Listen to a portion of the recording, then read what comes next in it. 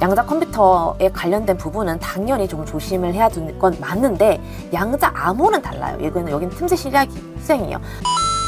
안녕하세요, 영은입니다. 여러분, 지금 침체기입니다. 주식시장이 침체기예요. 미장하고 한국장 할 거 없이 지속적인 하락을 맞고 있고요. 한국장이 의외로 좀 버티나 싶었더니만 미장이 꼬꾸라지면서 같이 여파를 맞고 있습니다. 지금 의외로 중국 시장이 좀 더 잘 나가는, 버티고 있는 그런 모습을 보여주고 있는 것 같습니다. 그래서 이처럼 주식 하락 시장일 때, 혹은 지금 우려하는 것처럼 경기 침체가 왔을 때 빛나는 소형주들이 있는데요. 지금 상황에서 좀 집중해보면 좋을 기술적 성장이 돋보이는 소형주 몇 가지를 말씀드리려고 합니다. 제가 이거를 사라 마라 하는 게 아니라 이런 시기에는 이런 전략도 있으니까 도움이 되시면 들어보시고 가려서 판단을 하셨으면 좋겠습니다. 침체가 찾아왔을 때 혹은 이렇게 하락 시장이 됐을 때 이제 소형주가 많이 빛을 내게 되는데 왜 이렇게 소형주가 빛을 낼까 의아했거든요. 근데 실제적으로 찾아보니까 데이터가 있더라고요. 역사적으로 정말 좀 깊었던 경기 침체가 16차례 정도 있는데 그중에서 한 차례를 제외하고는 소형주가 일반 대형주, 우량주보다 월등하게 수익률이 높았습니다. 네, 그 이유는 세 가지 정도가 있다고 합니다. 첫 번째로 의외로 부채로부터 조금 자유롭다. 왜냐면 대형 기업들이 이제 부도가 나고 막 파산 신청하는 이유가 이제 부채가 많아서잖아요. 그러니까 많이 우량한 기업이라고 생각이 들어서 많이 빌렸기 때문이에요. 그리고 여러 가지 채무 그런 관계도 끼어있고 또 종속된 회사들, 사람들은 또 얼마나 많습니까? 사실 소형주는 대출도 능력이 있어야 빌리잖아요. 근데 그런 능력이 있으면 많이 안 빌려져요. 그래서 생각보다 침체 때 이 부채에 대한 부담은 좀 자유롭다. 라는 게 있고요. 두 번째로는 해외에 이런 위험성이 또 많은데 해외로 진출하고 있는 소형주는 많지 않다. 그리고 세 번째로는 유연한 대처가 가능하다. 예를 들어 주문이 좀 끊겼어. 그럼 대형 기업들은 어떻게 할 수가 없어요. 유지비가 엄청나잖아요. 근데 소형 기업들은 물론 파산하는 기업들도 많겠지만 없네? 그럼 주문량을 줄인다거나 기계를 판다거나 이렇게 약간 유연한 대처가 가능한데 대형 기업들은 아무래도 그런 부분에서 유연하기는 힘들다라고 하더라고요. 하지만 이제 경기 확장기가 되면은 당연히 이제 우량한 기업들, 좋은 기업들이 더 잘 나가게 되는 겁니다. 저는 평균적 회귀 형상이라고 생각을 했어요.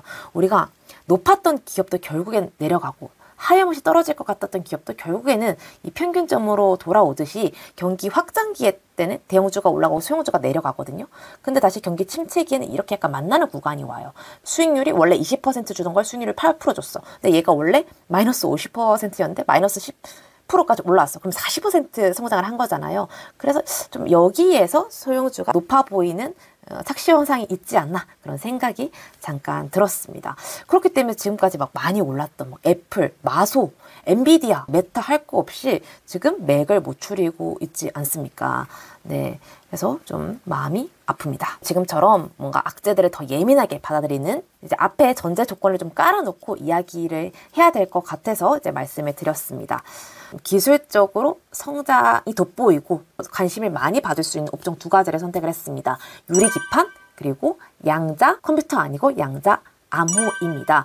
유리기판은 꿈의 기술로 불렸는데 이제 꿈이 아니라 현실로 다가온 것 같더라고요. 어떤 기업에서 벌써부터 이제 만들어내서 이제 수주를 한다더라, 샘플을 내보낸다더라 이런 식으로 이 기술이 영업이익하고 연결되는 시점이 첫 발을 스타트를 내린 거잖아요. 그래서 되게 이 시점이 좀 중요하다라고 생각을 했기 때문에 유리기판을 선택을 하게 되었습니다. 유리기판 기업으로는 우리가 좀 많이 알고 있는 게 있잖아요. 대표적인 대형 기업으로는 SKC, 그다음에 YC캠, 필옥팁스, 그다음에 JNTC 이런 것들이 있는데 이 중에서 가장 시가총액이 작은 소형주는 YC캠입니다. 아니나 다를까 사실 제주는 딴 놈이 부렸는데 YC캠이 오늘 자기 혼자 뻑 하고 올라가 버렸더라고요. 그러면 YC캠에 들어가냐?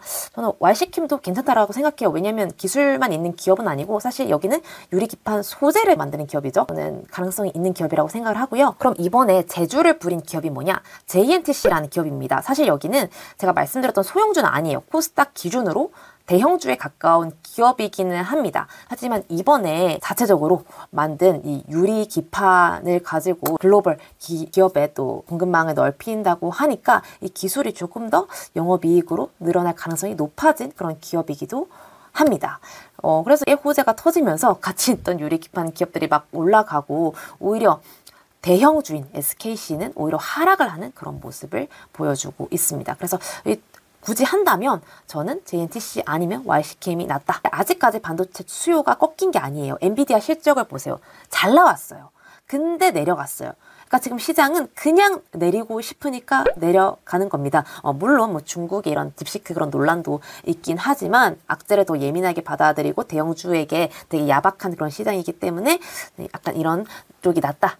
하지만 봐봐요. 중국하고 미국과 경쟁 붙어요. AI 막 치열하게 싸워. 뭐 양자 컴퓨터 만들어. 데이터 센터 지어. HBM 막 더 높게 도시락처럼 쌓아 올려. 그럼 결국에는 유리기판의 수요도 저는 높아질 수밖에 없고 반도체 수요도 그래도 유지되지 않을까라는 생각은 갖고 있습니다. 두 번째 업종은 바로 양자 암호입니다. 지금 양자 컴퓨터가 연일 폭락을 하고 있어요. 이게 물론 미국 장이 내려서 더 내려가는 것도 있지만 중국에서 또 하나 발표를 했습니다. 얘네는 뭐 가만히 있다 이렇게 갑자기 펑 발표를 하는지 구글에서 만들었던 양자 컴퓨터보다 1000배도 아니에요. 1000조배 빠른 양자 컴퓨터를 개발했다. 이런 게 또 들리면서 그래서 딥시크로 한 방 먹고 양자 컴퓨터를 한 방 더 먹은 거죠. 그래서 양자 컴퓨터에 관련된 부분은 당연히 좀 조심을 해야 되는 건 맞는데 양자 암호는 달라요. 여기는 틈새 시장이에요. 중국이 이렇게 1000조배 높게 만들었어요. 그럼 미국은 어떻게 해야 돼요? 경배는 높게 만들어야 돼. 그럼 이게 양자 컴퓨터가 막 기술이 높아요. 그럼 어떻게 돼요? 뭐 서로 해킹하면 어떡할 거야?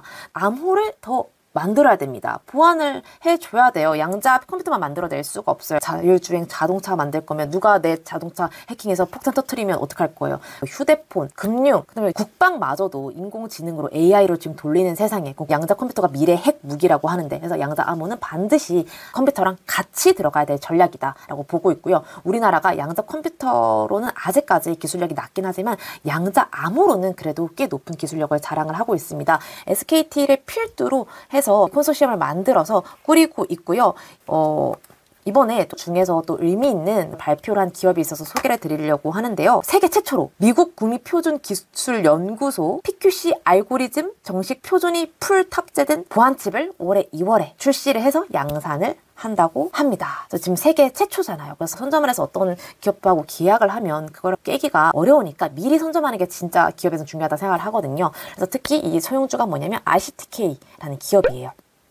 그래서 이 기업이 소형주임에도 불구하고 사실 상장한 지는 얼마 안 됐거든요. 되게 파릇파릇한 성장주예요. 저는 대형주 파잖아요. 보면 불나방 가질 수 있는데 사실 가치 투자자 파이기 때문에 SKT를 좀 좋아했습니다. 배당도 뭐 많이 주고 양자 암호도 하니까.